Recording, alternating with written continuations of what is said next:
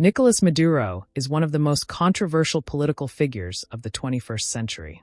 To his supporters, he is a defender of Venezuelan sovereignty, a man standing up to Western imperialism. To his critics, he is an authoritarian ruler who presided over one of the worst economic collapses in modern history. But who exactly is Nicolas Maduro? How did a former bus driver rise to become president of an oil-rich nation? And how did Venezuela fall from one of Latin America's wealthiest countries into years of crisis, mass migration, and political turmoil? Welcome to Let's Speak Facts. This is a channel where we examine documented evidence, challenge narratives, and ask difficult questions. If you are yet to subscribe to this channel, support us by tapping the subscribe button and join us as we take a fact-based look at one of the most powerful men to rule Venezuela. Nicolas Maduro Moros was born in 1962 in Caracas, Venezuela, into a working-class family. His upbringing was far removed from elite politics or privilege. As a young man, Maduro worked as a bus driver in the capital city.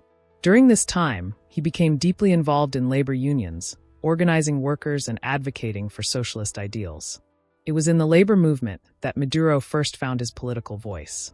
He later joined left-wing political groups inspired by revolutionary movements in Latin America, including the ideology of Simón Bolívar, the historic figure who fought for independence across the continent.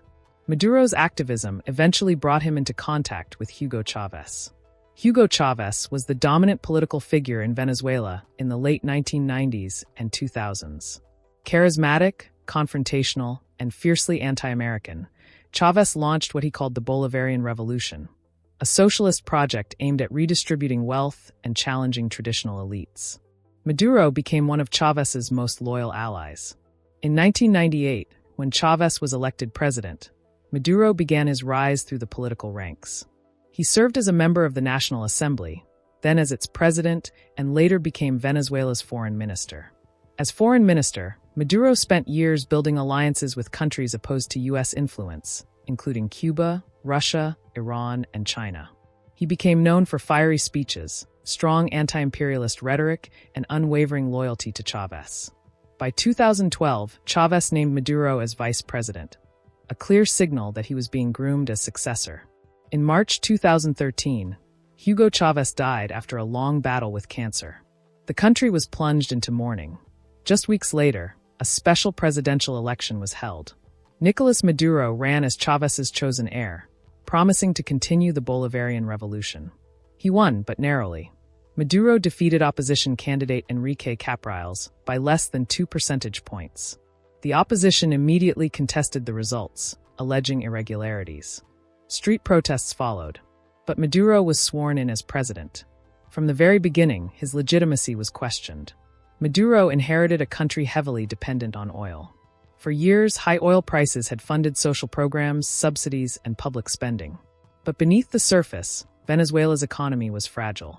When global oil prices collapsed in 2014, everything began to unravel. Under Maduro's leadership, inflation spiraled out of control. The national currency lost its value. Shelves emptied as food and medicine became scarce. Power outages, fuel shortages, and failing infrastructure became part of daily life. At its worst, Venezuela experienced hyperinflation so severe that prices doubled within weeks. Salaries became nearly worthless. Millions of citizens struggled to survive. As conditions worsened, Venezuelans began leaving the country in massive numbers. Families walked across borders into Colombia, Brazil, Peru, and beyond. By the early 2020s, more than 7 million Venezuelans had fled, creating one of the largest migration crises in the world. Inside the country, anger grew. Protests erupted in 2014, 2017, and again in later years. Demonstrators accused Maduro of mismanaging the economy, suppressing dissent, and clinging to power at all costs. The government responded with force. Security forces used tear gas, rubber bullets, and live ammunition against protesters. Human rights organizations documented arbitrary arrests, torture, and the jailing of opposition leaders. Maduro insisted he was defending the nation from foreign-backed destabilization. Elections under Maduro became another flashpoint. In 2018, Maduro ran for re-election. Major opposition parties boycotted the vote, arguing the process was unfair. Turnout was low, and many countries refused to recognize the results. In 2019, opposition leader Juan Guaidó declared himself interim president, citing constitutional provisions. He was recognized by the United States and several European and Latin American countries. For a time, Venezuela had two men claiming to be president. Maduro remained in control of the military, state institutions, and key resources. Guaidó failed to remove him from power. The standoff dragged on, deepening the country's political paralysis. International pressure intensified. The United States imposed sanctions targeting Venezuela's oil industry and senior government officials. The goal, according to Washington, was to force a return to democratic governance. Maduro argued the sanctions were economic warfare, blaming them for worsening shortages and suffering. Meanwhile, he strengthened ties with allies like Russia, China, Iran, and Cuba, positioning Venezuela as a symbol of resistance against U.S. influence. One of the most dramatic developments came in 2020. The U.S. Department of Justice announced criminal charges against Nicolas Maduro and several top officials, accusing them of narco-terrorism, corruption, and conspiring with drug trafficking organizations. American prosecutors alleged that Maduro was connected to a network known as the Cartel of the Suns, accused of facilitating cocaine shipments. Maduro rejected the charges, calling them fabricated and politically motivated. For years, the accusations hung over his presidency, adding another layer of controversy. In early 2026, global attention once again turned to Venezuela following reports that Nicolas Maduro was captured and taken to New York by U.S. forces following a U.S. military operation in Caracas, capital of Venezuela, in the early hours of January 3, 2026. He and his wife, Cilia Flores, were flown to the United States to face criminal charges in federal court.